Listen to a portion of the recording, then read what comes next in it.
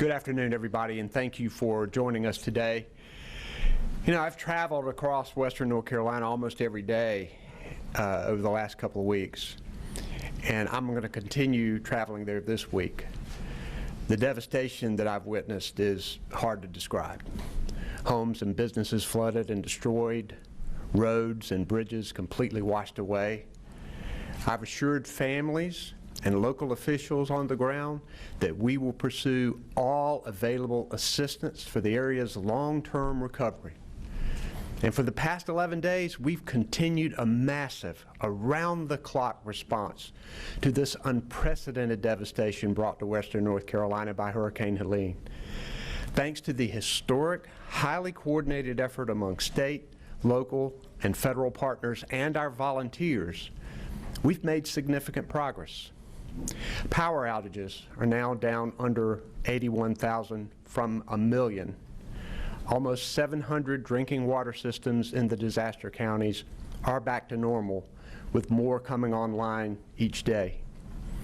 AT&T and Verizon have reported 80% of outages have been repaired. There are 17 shelters open for people who need them.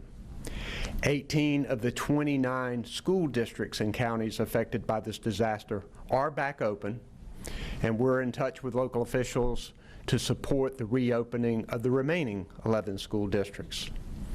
FEMA has approved about 126,000 people for individual assistance, with more than $60 million already paid to these people. FEMA is also paying for temporary stays for 2,500 people in hotels. And together we're working on more temporary housing. To apply for FEMA assistance, go online to disasterassistance.gov, or you can download the FEMA app or call 800-621-3362.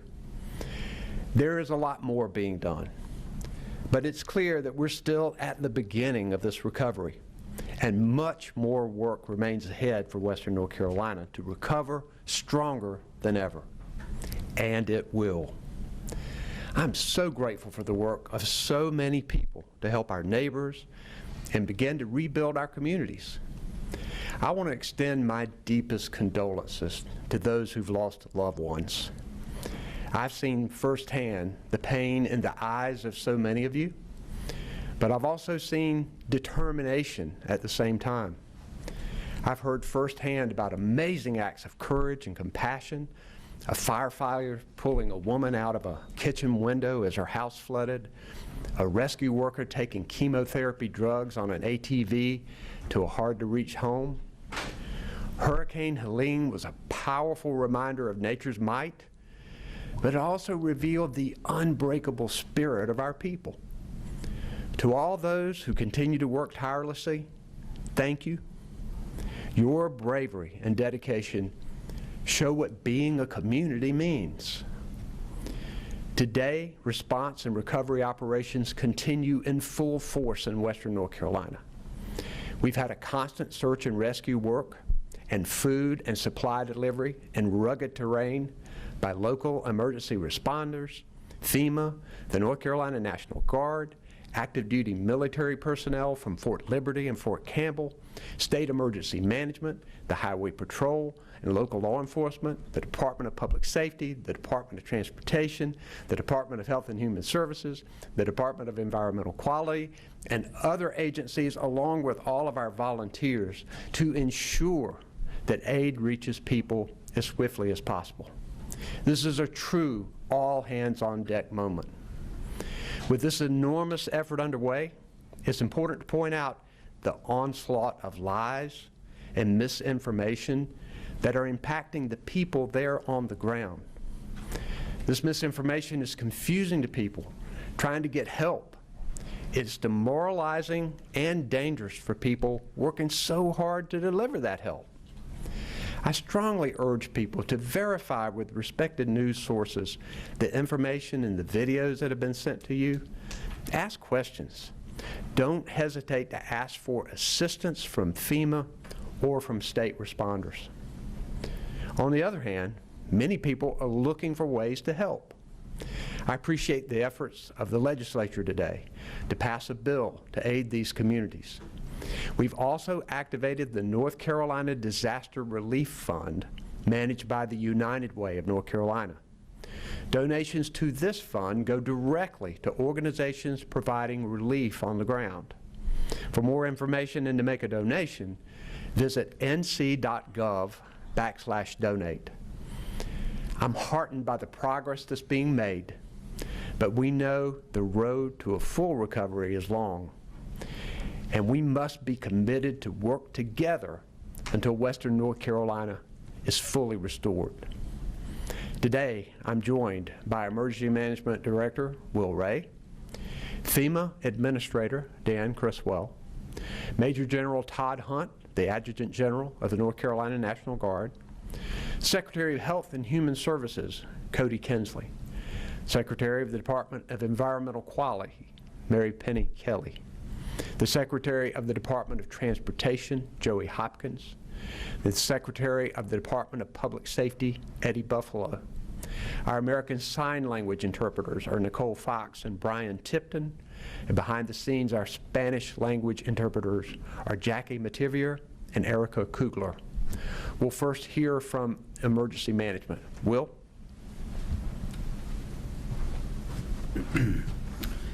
Thank you, Governor. Good afternoon, everyone.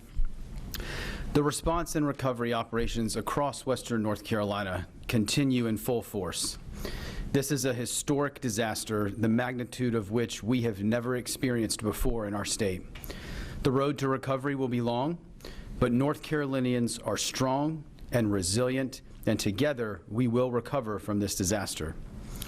The State Emergency Response Team, assisted by states from across the country, the federal government, the private sector, community-based organizations, nonprofits, and volunteers have come together to execute the largest whole-of-community response in North Carolina history. These dedicated organizations are continuing to work around the clock to respond to the needs of our mountain communities. Goods and services are steadily flowing into impacted communities. Over 1,600 responders from 35 states remain in the impacted area to support the response and recovery efforts. These resources include search teams, public health nurses, emergency managers, logistics specialists, and more. Their combined efforts have resulted in the successful rescue of hundreds of North Carolinians. The North Carolina Office of State Fire Marshal continues to coordinate North Carolina firefighters and apparatus to assist local responders in the hardest hit areas and are working closely with impacted fire and rescue departments to ensure that their responsibility is sustained. As of today, there are 380 North Carolina firefighters with over 65 fire trucks on deployment in Western North Carolina. The North Carolina Search and Rescue Program, North Carolina National Guard, and partners from federal teams and other states have assisted thousands of people who needed rescue, evacuation, and other assistance. 15 county emergency operations centers remain activated, with 25 county states of emergency and 52 municipal states of emergency in place. As the governor said, there are 17 shelters open, with 715 residents being served along with 122 pets.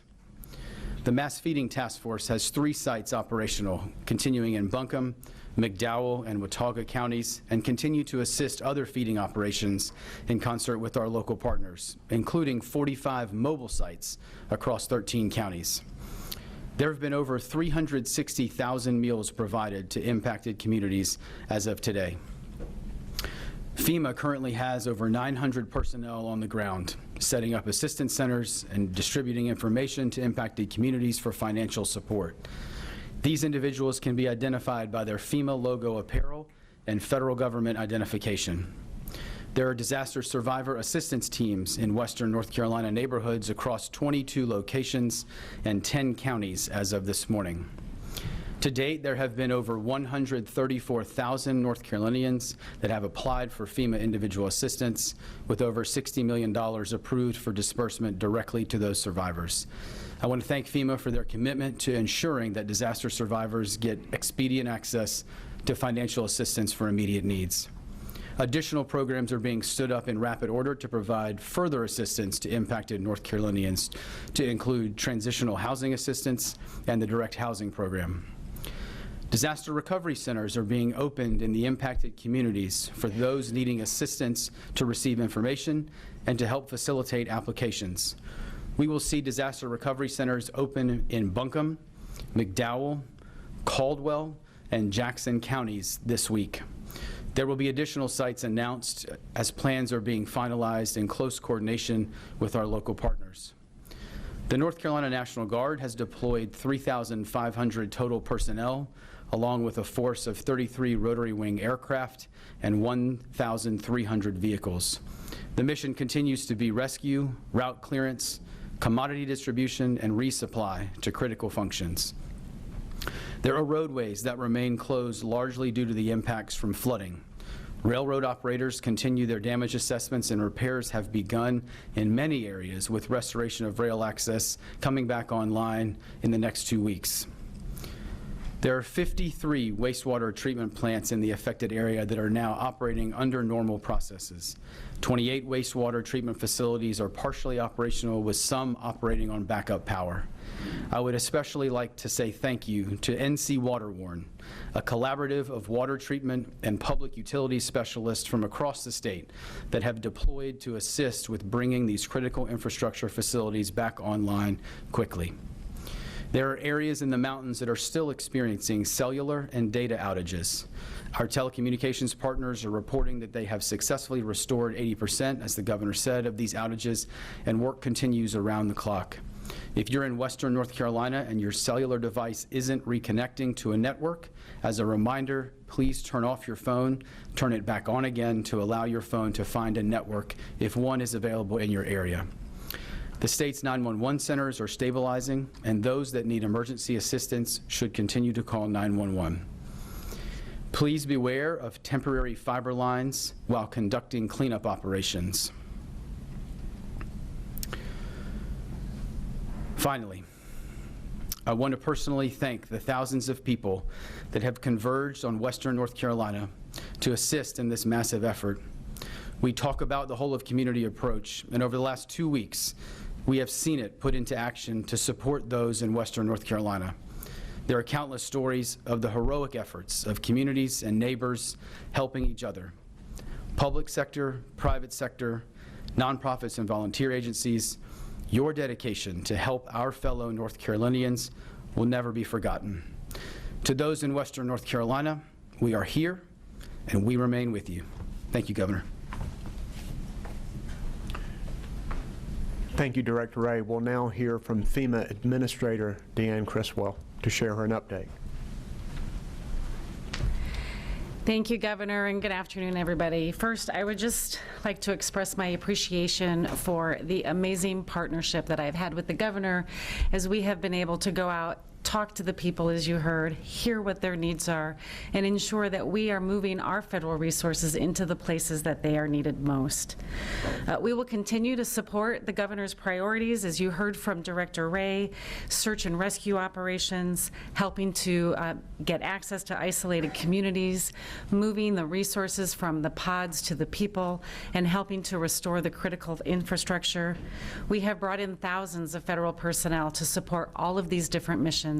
And I want to assure the people of North Carolina that while we watch Hurricane Milton approach the coast of Florida, you can be assured that no resources are going to be taken from North Carolina. Those that are here on the ground are here to support the efforts that are still needed for the response and the initial recovery, and we will continue to bring in whatever is needed to support these ongoing recovery efforts. Now, I'm going to be traveling to Florida later this afternoon, so I can be there to integrate with the state of Florida and help with their initial response. But my regional administrator, Robert Saman, has been here on the ground with the Governor, with Director Ray since the beginning, and he will remain while I am in Florida to help with this critical response. I will return to North Carolina to make sure that all of our federal assets, the entire federal family, is moving to the places that are needed, and if we need additional resources, we will continue to bring those in. Thank you, Governor. Thank you, Administrator Christwell. We'll now hear from Major General Todd Hunt, the Adjutant General of the North Carolina National Guard.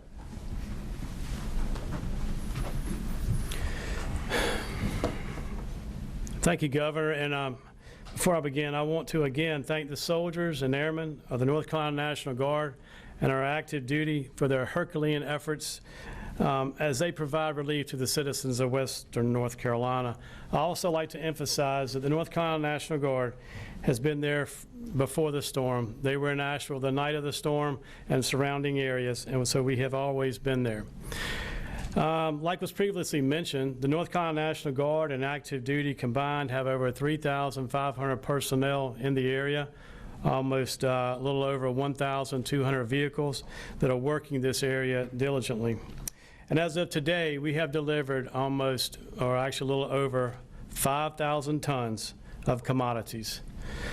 We've flown almost 800 flight hours, which is normally twice what a unit would do. And that's been done with North Carolina National Guard and active duty aviation. We've been providing search and rescue along the way with resupply commodities, and as of today, we are providing needed medicines to the citizens of Western North Carolina.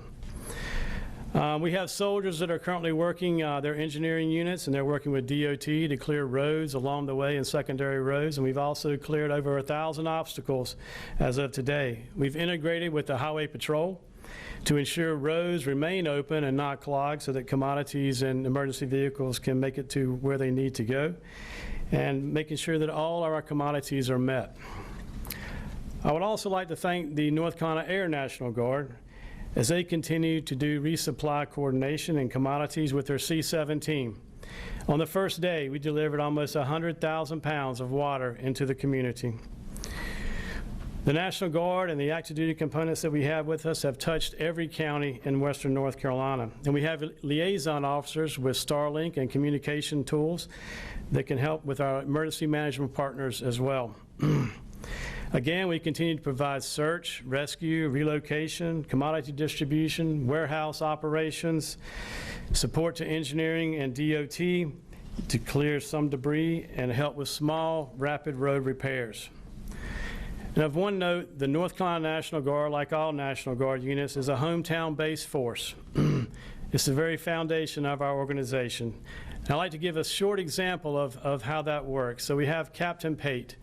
Captain Pate is a traditional guardsman who drills, once a month and during the summer, but he's also a UPS driver in Avery County. So right now, Captain Pate is our liaison officer with emergency management in Avery County, using his civilian skill set because he knows the road networks and who's there in the county to help provide additional commodities from the commodity post or the commodity station to individual homes as necessary. So that is how the National Guard is working in our communities, and our active duty brothers and sisters are doing the same thing. So in closing, I want to thank the soldiers, airmen, and the active duty and their families, many of who within the region have lost all they have and their homes, but have still answered the call to serve and for the citizens of Western North Carolina, and to make a positive impact on their return to normal life. Thank you, Governor. Thank you, General Hunt. Now I'd like to ask Transportation Secretary Joey Hopkins to share an update. Thank you, Governor. While we still have many roads closed and damaged, we're thankful for our crews and contractors who have reopened more than 460 roads. We're reporting just over 600 road closures in our system. 98 of those are primary roads, and this number is still changing daily as communications improve and we reach more sites. We've identified more than 5,800 damaged sites. This includes more than 500 bridges and 600 culverts, and we do expect at least 100 bridges will require full replacement. That number could rise as we learn more from ongoing assessments. We have awarded a contract to Wright Brothers Construction to stabilize the westbound lanes of I-40 there in the Pigeon River Gorge. The contract does include incentives to be complete by early 2025. We're also coordinating with Tennessee DOT since they have damage on their side, as well as collaborating with our partners at FHWA on the long-term plan for reconstruction of I-40 here.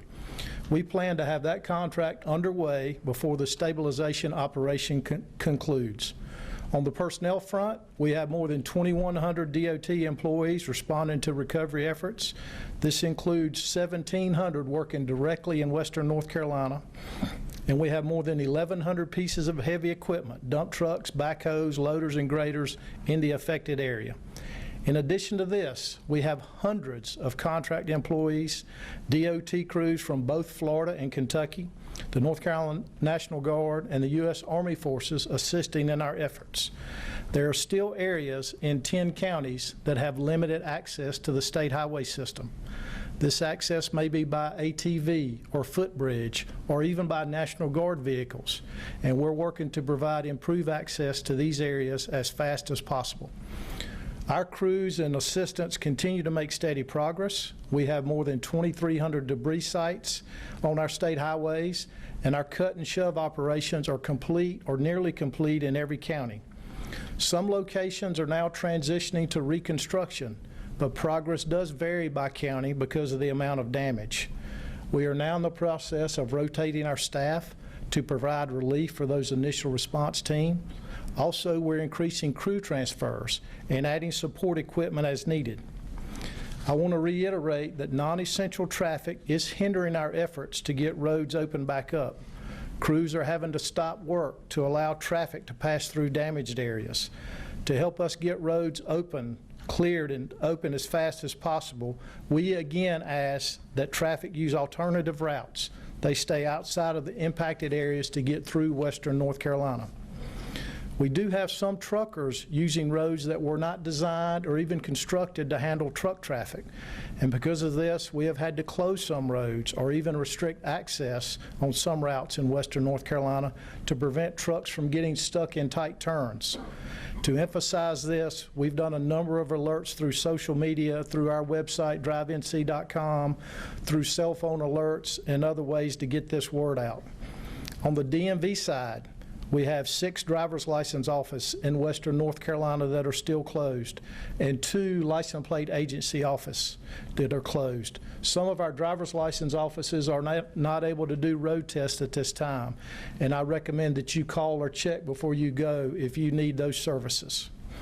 We're very thankful for the coordination of our many partners during the recovery of this devastation that Helene has left behind, and I'm grateful for the support we've received from the State Highway Patrol, from Emergency Management, from the North Carolina National Guard, U.S. Army Forces, and even other state DOTs, contractors, utilities, and even our communication partners.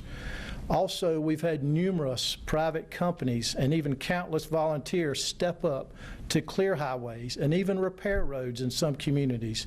And I want to say thank you to everyone that's done that. Really appreciate that, and we are here for the long haul too. And that's all I have for today. Thank you.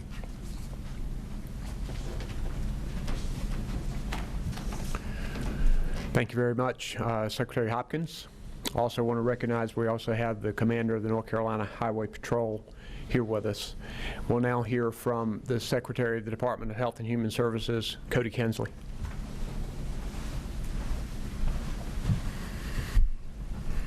Thank you, Governor. Our entire team at the North Carolina Department of Health and Human Services is committed to supporting every corner of Western North Carolina in the wake of this disaster, now and for the long haul. First, all hospitals are operating and accepting patients. Common to a disaster response, we are transferring some patients among facilities to relieve pressure on any one facility. We have deployed 3 disaster medical assistance teams to Lenoir, Asheville, and Spruce Pine to support emergency departments and inpatient units.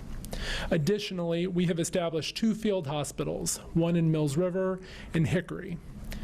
Second, we are proactively reaching out to vulnerable individuals. We're in ongoing contact with all nursing homes, and 95% or more of the assisted living facilities and facilities serving individuals with disabilities in the region. When we can't reach facilities by phone, we are dispatching ground and air assets. We have accounted for and ensured the safety of every child in foster care in the region. We're also working with insurance companies and local partners to proactively reach out to and support vulnerable individuals living at home. Third, we are supporting access to health services in communities. There are currently 234 pharmacies open in the region, at least one in each county. All opioid treatment programs are open, and individuals can be served at any of these facilities. Lists of these locations are available on our website, ncdhhs.gov. We've opened a community healthcare site in Burnsville, equipped with essential medications, medical supplies, and ambulances for immediate support. Fourth, in addition to the food distribution available at mass feeding sites, we have provided SNAP benefit flexibilities. Individuals can now use SNAP benefits to purchase hot food at EBT vendors statewide. We also automatically replenished $24 million of SNAP benefits for 200,000 individuals in the region. More than 80% of EBT vendors are operational. We've sent over 10,000 cases of baby formula into the region. Remember, access to safe water remains a top concern. Please be aware that any water for drinking, well or otherwise, that have been impacted by floodwaters is potentially not safe to use. Please visit our website or your local health department for water safety resources and additional information. Tragically, at this time, we have had 88 confirmed storm-related fatalities. We have 6 fatality recovery teams in the region and a central processing site. We will work quickly and methodically through this process, supporting and informing families along the way. Last, I want to remind everyone that any disaster, but especially one of this scale, is traumatic. There is no right or wrong way to feel. We have deployed mental health counselors to shelters and want everyone to know that they can call the Disaster Distress Helpline at 1-800-985-5990 for confidential counseling and support. Much is underway, and there will be much more to do. We all remain committed to the health and well-being of everyone in the region, mind and body, for the long haul. Thank you, Secretary Kinsley. We'll now hear from our Department of Environmental Quality Secretary, Mary Penny Kelly. Thank you, Governor. During and after Helene, the Department of Environmental Quality moved quickly to keep our environment clean and safe, especially safe drinking water. We continue to monitor dangerous conditions along reservoir dams, assess the extensive damage to water treatment systems, mobilize repairs, and provide alternative drinking water treatment. Our primary mission right now is to get public water systems back online so that they can provide safe, reliable drinking water for everyone in Western North Carolina. There are more than 700 public water systems in the disaster area. The storm devastated many communities, including washing away water lines that provided clean drinking water to homes. As of today, 29 systems that are closed are not producing water. 8 systems are without power. On the good news side, thanks to the hard work of many people, we have seen a lot of systems come back online. More than 1 million residents can access clean drinking water in their homes. Those numbers continue to improve as power is restored and emergency repairs are being made.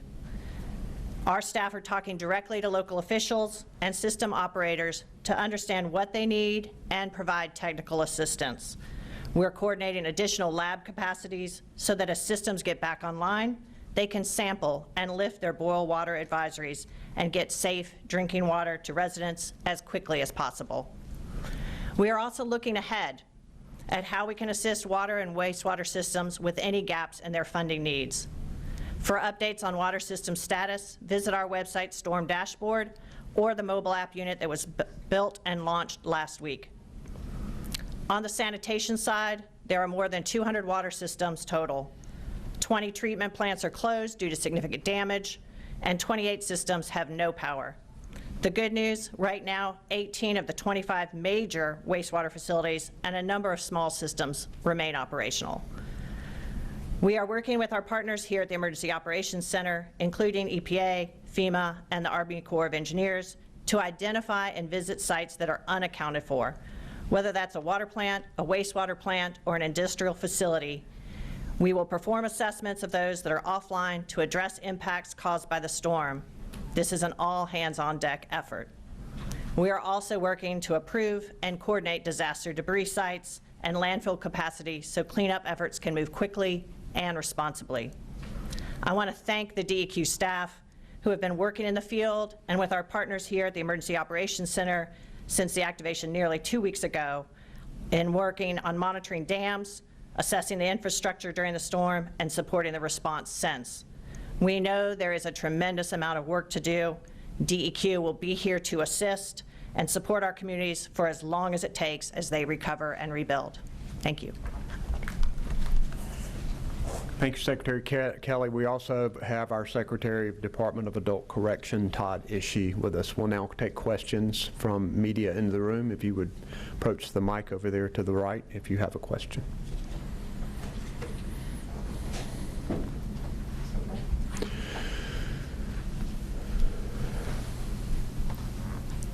Hey, Governor. Nick Oxner at WBTV. My question's actually mostly DOT related, and it's kind of two-pronged. The first, as it relates to the I-77 toll lanes. Of course, I-77's seen an influx of traffic since you can't get on I-40. I-77 Mobility Partners have said they capped tolls, but there's not many specifics on what that cap has been, and we've not been able to get any answers from DOT or I-77 Mobility Partners on how much additional revenue I-77 Mobility Partners has captured as a result of this surge traffic. My second DOT question relates to permits. Sure. Secretary Hopkins, can you provide an answer to that, please? Yes, sir. Thank you, Nick.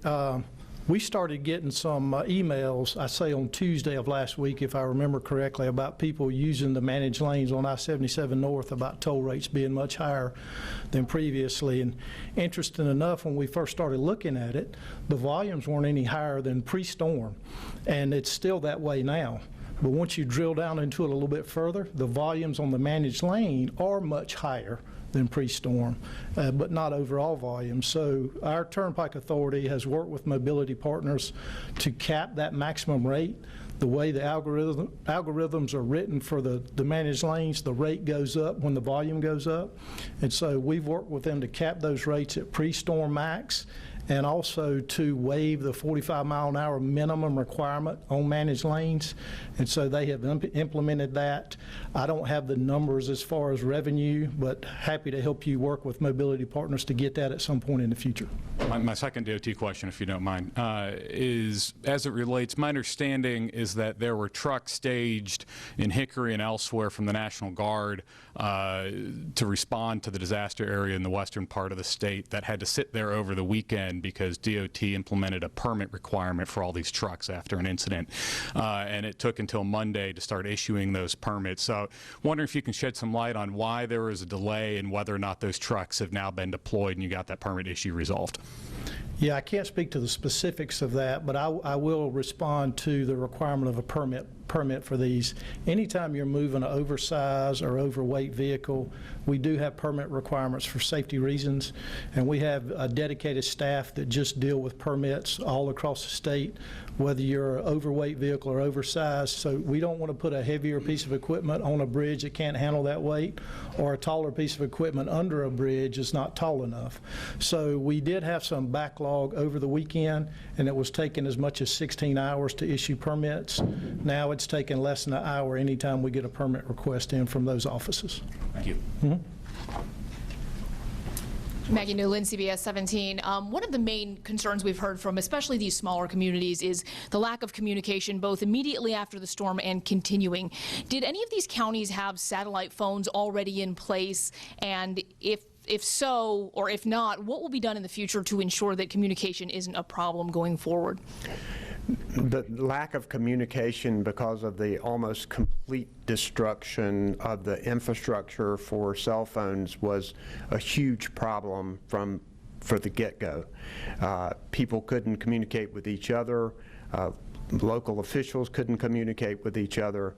So I think it shows us that as we rebuild these communication systems, that we make sure that we're doing it in a smarter and more resilient way, because pretty much everything was down and out. And there's still some pockets there that do not have cell phone service as we're trying to get it back. I will turn it to Will Ray to see who might have had satellite phones there from the beginning. Go ahead. Thanks, sir. Thanks for that question. So many of our public safety partners, many of the agencies that you see here, both at a state level and local level, I think we have a number of redundant communications platforms in play. Obviously, that does not get to the wider communication challenges in the community, but from a public safety standpoint, we did have some redundant capacity there to be able to facilitate some of that life safety need during the event. Some of our systems, particularly the one maintained by the State Highway Patrol, did maintain operation from a radio network. So while we did see some degradation on other sides of the communication space, there were others that did withstand some of the force of this event. As the governor said, I think as we review this, we're going to take a hard look at what additional capacity or capability may need to be deployed into areas of the state. Certainly, the terrain and just geography of this region offers some unique challenges, and I think as we look at, as the governor said, rebuilding not just the infrastructure, but the deployment of additional redundant platforms, all of that is certainly going to be taken into account. I have a quick for the National Guard. Can I? We've seen, everybody's seen the video of the Blackhawk helicopter and the blowing away the donations. I understand that is under investigation. Can you talk at all about that, and can you explain what kind of communication is in place between the National Guard and, say, local law enforcement or other local officials in terms of coordinating donation drops or whatever landing may have to happen? Yes, ma'am. Thanks for asking that question, honestly, because that was a North Carolina National Guard helicopter. It's under our command, and I'll take responsibility for it, and we own it. What the situation was they were bringing in a generator to that landing site. As they approached, they noticed that there were too many people and too many tents and commodities too close to the landing site, so they pulled in power to take back off, like a go-around in a helicopter. And the rotor wash caused that damage. The crew has been grounded. We are under investigation. Safety is our #1 paramount with our forces that we have on the ground. And so we are, again, continuing to investigate that. We do have some communication with the landing sites and the people that we are going to take commodities to. It's matured over time. Initially, we had no communication, so we were just making a call and landing. But now the landing sites have been more mature, and we do have communication with emergency personnel that are on the ground. And we are very sorry that happened, and again, the investigation is underway. Thank you. Yes, sir. Duwan Hogar, Avis 11 WTVD. Is there anyone still in Western North Carolina who is unaccounted for? And if so, what efforts are being made to contact them, and if any challenges do exist? This is something that is happening every single minute of every day to make sure that we find everybody in North Carolina. There were a lot of lists that were accumulated in 211, the American Red Cross, other reports. I'm going to recognize Will Ray to talk about how all of that is being coordinated, but we won't rest until everybody is accounted for. Many of the counties have reported that people are all accounted for, but we're still waiting for some results from some counties as all of these issues are merged. But Will, I'll call on you.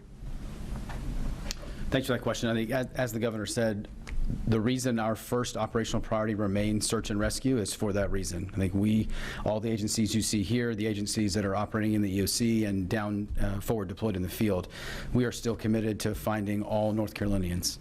As the governor said, there are a number of avenues that have been put out publicly where folks can report loved ones or friends or family that are otherwise unaccounted for. One of the things we are doing is making sure that local law enforcement has all of that information that's available, that as I think one of the other briefers said, they are the ones that know the community. They know the neighborhoods, they know the areas, they know the people around them. And so we want to make sure that we've equipped local law enforcement with the best information that we have available. We are also leveraging some capabilities from our state law enforcement partners as well as our federal law enforcement partners to use technology or other solutions to be able to assist in identification of where people may have moved to or where they may be. And so, as the governor said, it's incredibly fluid as there are a lot of groups providing information. Our goal, I think, is to provide that actionable information as locally as possible so that it can be actioned quickly and we can continue to work through that. And then one question for Administrator Criswell. You said that you were heading to Florida later today to assist with Hurricane Milton. What further message of confidence can you give to the community in Western North Carolina that FEMA will in fact be here for the long haul, seeing as Florida is dealing with its own set of challenges right now? Yeah, absolutely. The resources that I'm moving into Florida right now, let me just start with, I have over 1,000 people in Florida currently supporting the response to Hurricane Helene as well as previous disasters that they have had, hurricanes over the last few years.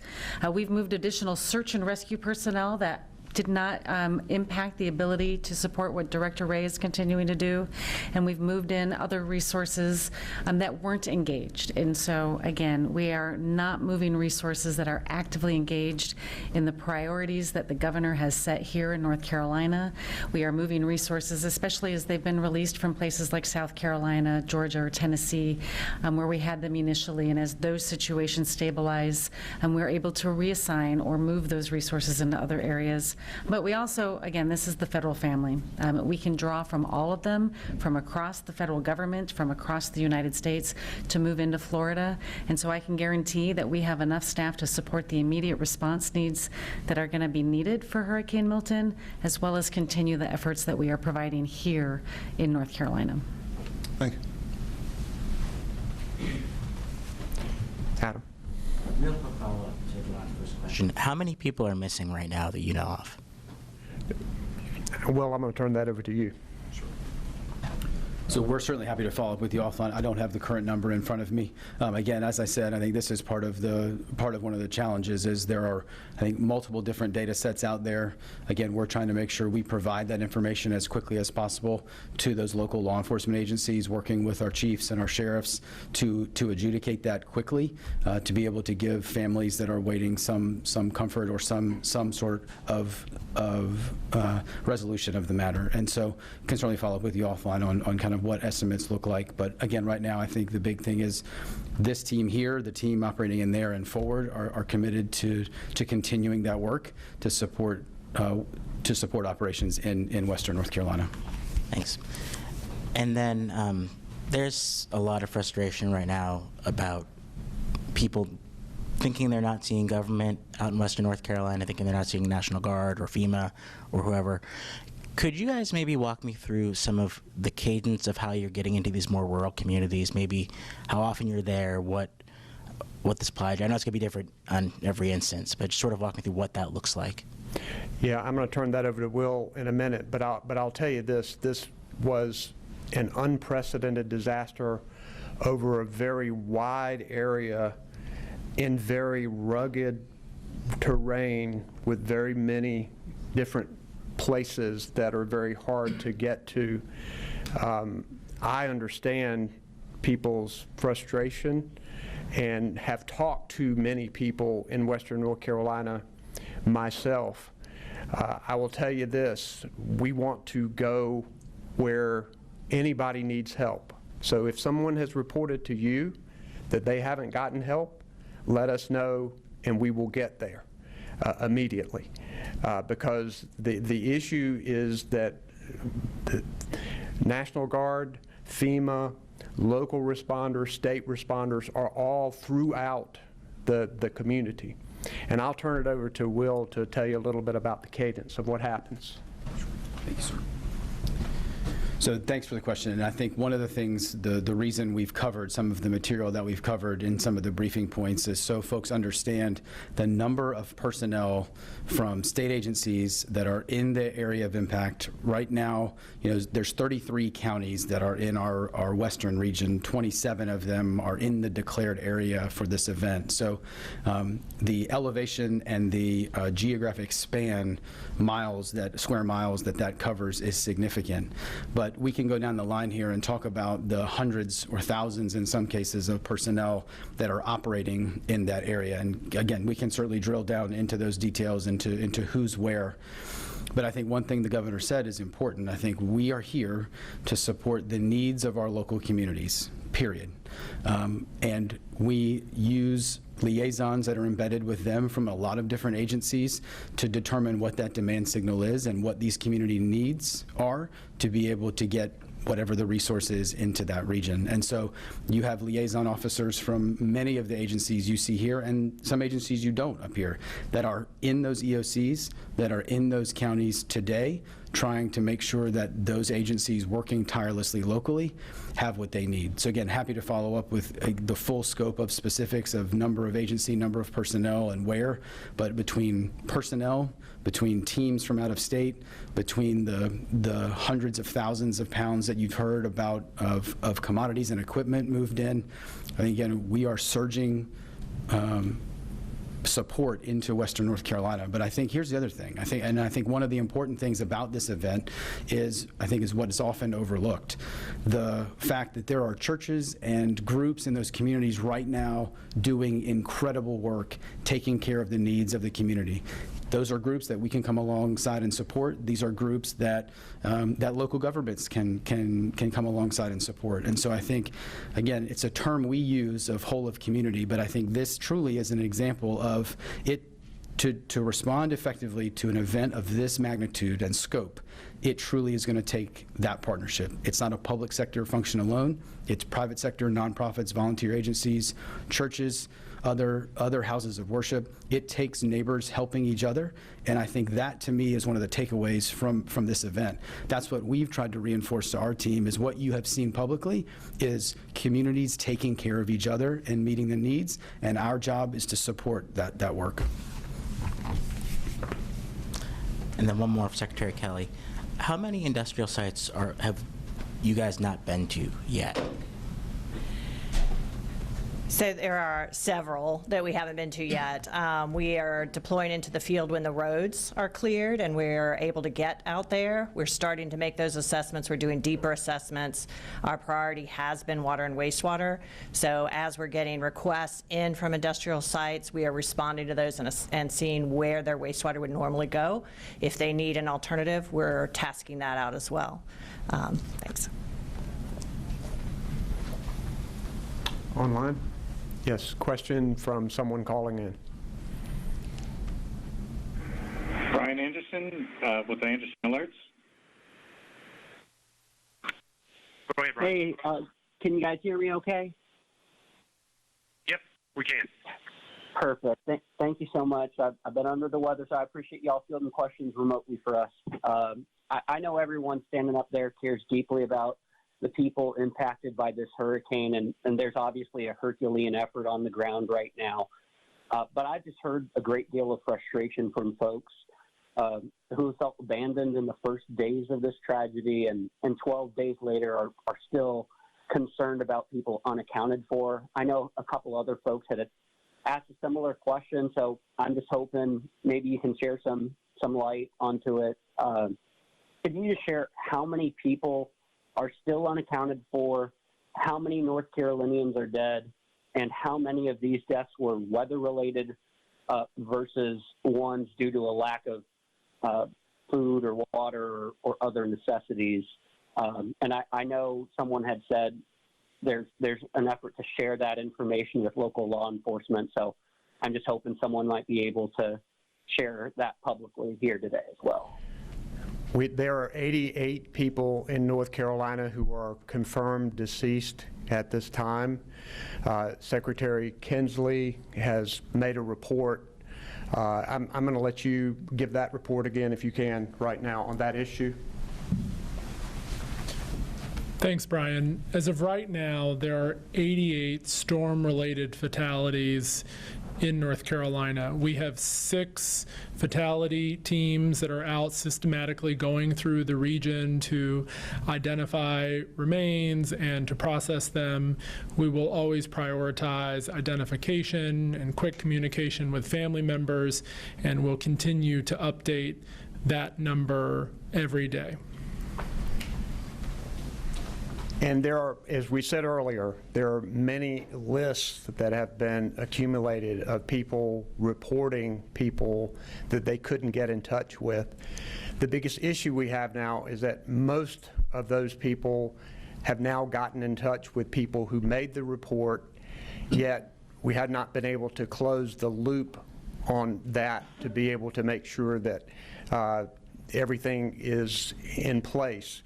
So there is work going on in every single community, and I know Secretary Buffalo has been working with every county.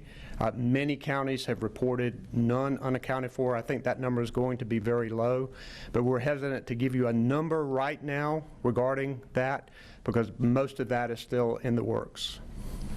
But we are looking every day and making sure we're checking on everybody, door to door, talking to people in communities, trying to make sure that every person in Western North Carolina is accounted for. Any other questions? The next question, and the last question online, is from Katie Soloff with Axios News. Katie, please go ahead. Good afternoon. Thank you for taking my call. I fully understand and appreciate that the focus right now is on search and rescue and restoration of essential services, but I'm also curious about the aid to small businesses throughout Western North Carolina who help sustain the area's economy. Aside from loans and things of the nature, what sort of assistance is going to be provided at the state level for those businesses? Anything in the forms of like grants or any sort of COVID type relief we can expect? Because this destruction was so massive, we're going to have to be creative about the relief that we give Western North Carolina. And I believe that's going to mean direct assistance to small businesses to help them recover. Many of them right now are wiped out, and it will be a while before they can rebuild and reopen. And many of them aren't going to want to take the chance on a loan, even on really good terms, because they don't know what the future looks like for them. So in order to ensure that we restore Western North Carolina and make sure that we help develop the backbone of our economy, which is small businesses, I think the legislature, and we need to be creative with our federal partners as well, ought to provide some more assistance to small businesses rather than just loans. We also need greater unemployment insurance for the employees of those small businesses who no longer have jobs, because we want to keep them in the area and to keep them available for when Western North Carolina comes back. I've talked to a number of small businesses who are so deeply saddened that they put so much into these businesses and they have employees who depend on them. So I think we're going to have to do that, and I'm ready to work with the legislature, with Congress, with federal agencies to make sure that we rebuild Western North Carolina, and that we do it with small businesses being at the forefront of this effort outside of all of the humanitarian effort that we're doing now.